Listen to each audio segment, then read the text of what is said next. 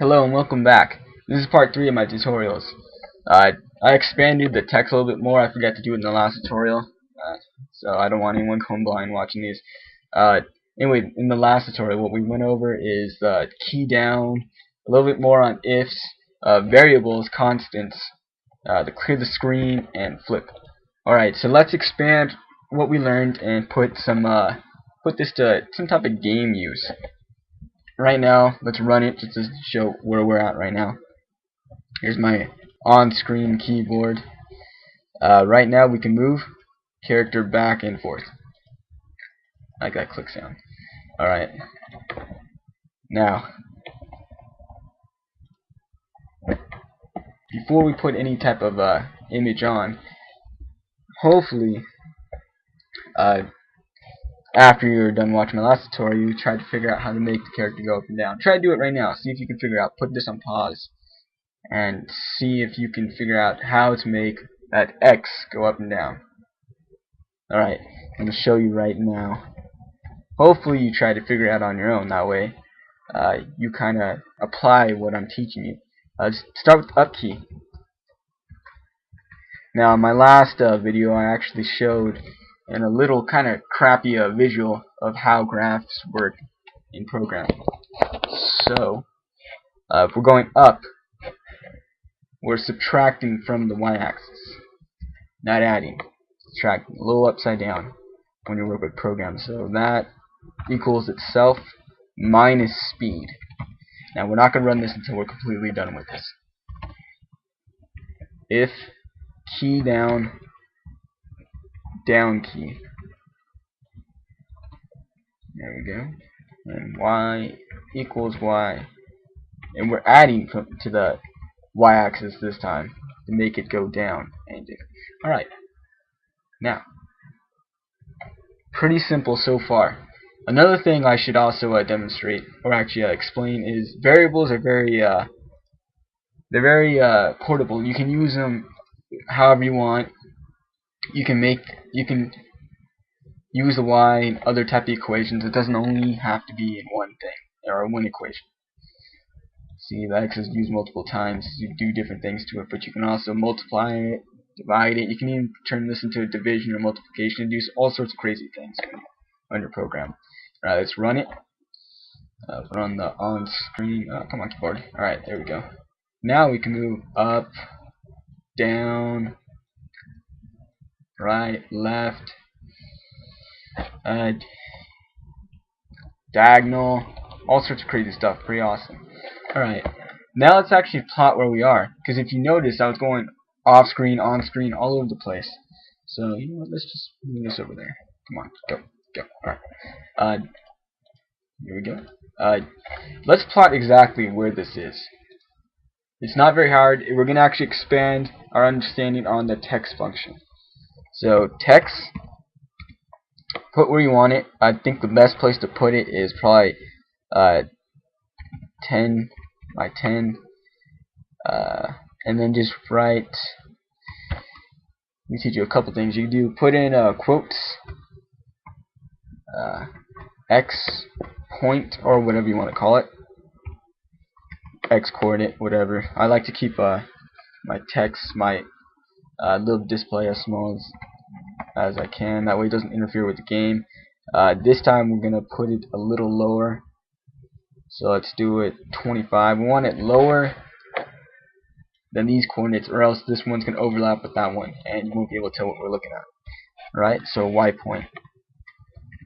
Alright, so what are we doing? We're going to track down the x and y coordinates. And by doing that, all you have to do is do a plus x plus y. Now this might be kind of strange, but what this is doing is it's pinning this to end of these. That way it shows exactly what these equal, so it becomes visible. So let me show you what I mean. Right, so right now, of course, because in the program we made x and y equal 100 and 200. So that's what it shows right there. As we move to the right, it adds to that. So we know exactly where our x is. Going off screen, see, it becomes negative. Going off to the left, it becomes negative. Going off in the upper left hand corner, both of them become negative. So you can have all sorts of fun. This is a good way to track where your player is in case it goes off screen, you lose them. Because going way off and not knowing exactly where you are might be kind of difficult to find your little player. There you go. So this is a good thing that programmers do, is they track the coordinates. They track actually more than just this. Maybe gravity, maybe how high the player goes before it hits the ground. You can do all sorts of stuff with that. Keep track of all sorts of numbers. It becomes very handy. So remember, this is how you do it. Another way to do it is, if you don't want all that extra text, you can get rid of this.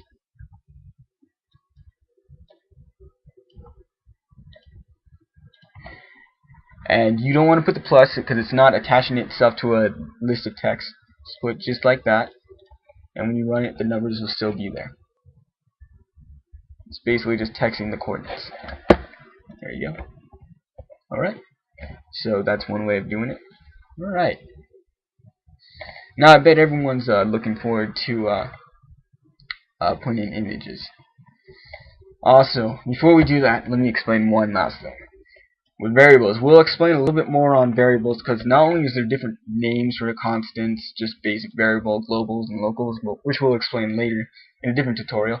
There's different types to keep in mind. This is just a normal one. There's also floats and strings, and those we'll go over later. But I'm just keeping it clear that variables aren't only just numbers. Sometimes they're decimals, sometimes they're words.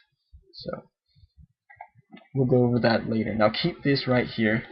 Let's actually put back. Whoop, I guess I have my insert on. Let's turn that off. Okay. Let's put Y. Keep it simple, just like that. Space it. That way it's not too close to this. You know what you're looking at. Plus Y. No, not plus. No. There we go. There we go. Do same with the X. Alright. Okay. Now, let's get rid of this. We no longer need it. What we're going to move on today, or right now, is images. And notice I kind of space things out in a certain way. I like to keep my code organized. That way it's easier for me to read. See, I put a tab here. It tells me when it starts, when it ends. This is at the bottom. It tells me when it starts. It tells me when it ends. If you have everything all clustered, it becomes difficult to read and understand. Also, don't forget, always put comments. That way, if you ever give your code to someone, if you need help with it, or you're doing some type of group project, you don't want your little partner to have to remember and read every small thing and remember everything. It becomes really frustrating, really difficult, and really scary to look at. So let's do this. This is the X.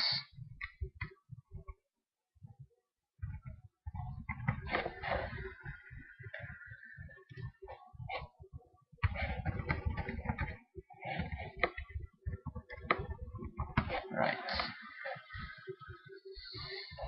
Forgive me if I spell anything wrong throughout my tutorials. I'm not the best speller, and I'm not an English major. So, let's see, player speed.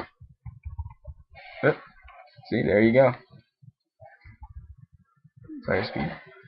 Alright. You can also label these if you want, move player right, but I don't want to spend too much time on that. Alright, let's load some images. In order to do that, let's go to our desktop real quick. You can actually save your project wherever you want. I already created a folder named YouTube. Here's my program itself, and here's my backup files. These are used in case you make a huge mistake. There they are, back 1, back 2. Alright. And let's make sure I put the right one in. Yep, hello. Alright, so going back here. Hello. Alright, so what you gotta do is go into Paint or take any image you want. I already have my image right here, and drag it into the same directory. That way you have, here, let's get rid of this demo one. We don't need this. Yeah, I don't know what that's doing there. Alright, so now we have our hello, which is the name of my file. Save it to a directory, like I said, by going to, let me show you, I do that real quick. File, save as, and I already have mine saved, so I don't need to do that. And save it to a folder. In that same folder, put in the image. I'll be using my Zog character for this demonstration. Here he is. Just like that. You can make it wherever you want. I use him for a couple games, couple retro-like games. Let's go back to here. There we go. And now that you have that in the directory, remember what type of image it is. This is actually a bitmap. You can also use PNG, JPEG, transparent ones, whatever you really want. Now, before the loop, the top here, let's zoom out real quick so I can show where I'm placing this. Alright, here's my loop right here. I'll actually put that so we know exactly where loop is, and here's the end of the loop.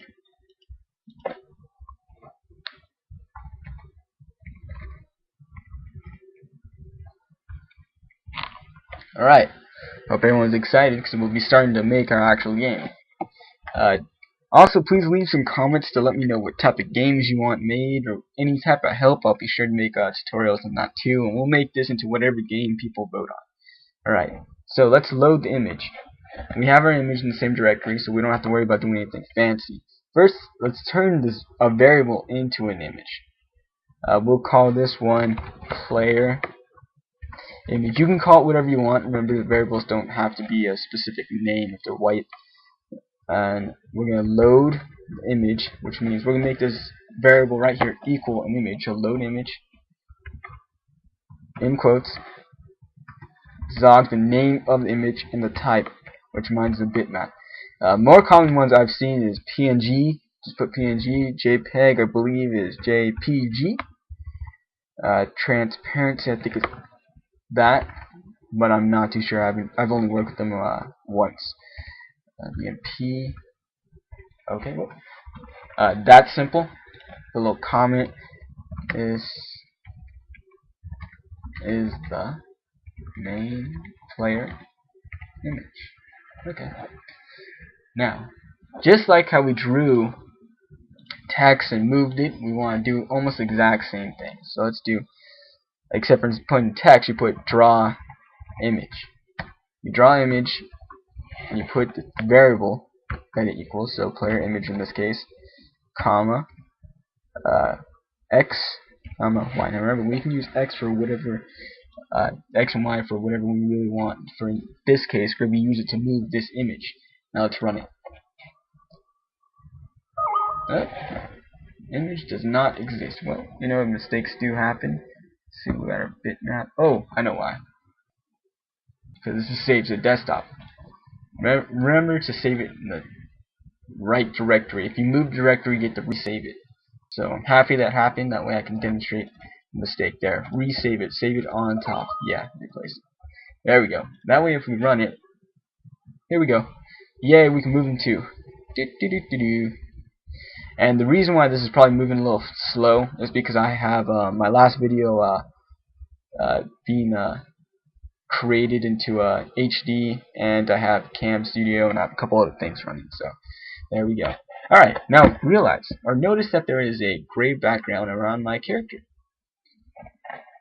We want to get rid of that background. We want to mask it. Now, one thing I do advise is if you're going to create an image and there's black in the image, like my Zog character, let's go to it real quick. Zog. There's some black on his eyebrows and his mouth. I don't want that to blend in with the background, so I put in a gray background, since this gray is rarely used. It's actually the way I like to describe it as a ugly tint of gray. Okay, now open up Paint or whatever you use to make your sprite. Use the little I forget what that's called. However, use this tool right here. Click on the background, go to Edit Colors, and figure out what scan code the red, green, and blue. Mine is 120 by 120 by 120. That's another reason why I use that gray, because it's really easy to remember. 120 by 120 by 120. Now what we're going to do is called masking the image.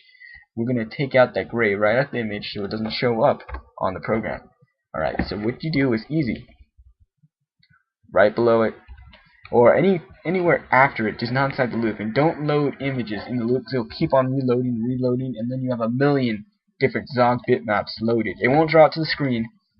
Even if you get rid of this, nothing will show up because you have to draw it to the screen. Even if you load it, it's in the program, it's just not on the screen. See, nothing's there. You have to draw it by using draw image. Now we want to mask that gray out, so mask image. And then you just do the 3 color codes, which in this case was 120 by 120 by 120. Going back to this, you can have the background any color you really want that you don't want showing in the program. So, you know, here they are. You just drag it around, find a color you don't like, and place it maybe the ugliest color, like, yeah, you know, that's kind of ugly. Put that, paste it onto the background of the character, the image, put it. Now, when we run it, oh, no, woo, forgot one last thing. It doesn't just magically know what to mask, you have to put variable, image, player image, comma. Be sure to split it all up with commas, or else it's going to run into each other and it's going to have no idea what you're talking about. So mask image, player image, comma 120, comma 120, comma 120, or whatever we want the red, blue, and green code to be. It's red, green, and blue codes. That's the order of it. Alright, now it's running. Alright, look at that. My little Zog character is all over the place. Look at that.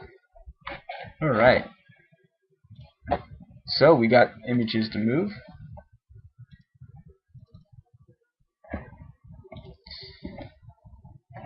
Not only that, we were able to draw the image onto the screen. We were able to mess a little bit more with the if statement, the key downs, and now he can move wherever he wants, diagonal, up, down, left, right. We masked the image, do a little bit of animation. I hope you enjoyed this one. In the next one, we'll be using a little bit more with images, and we'll be creating probably types and stuff. Alright, stay tuned, and thank you for staying with us.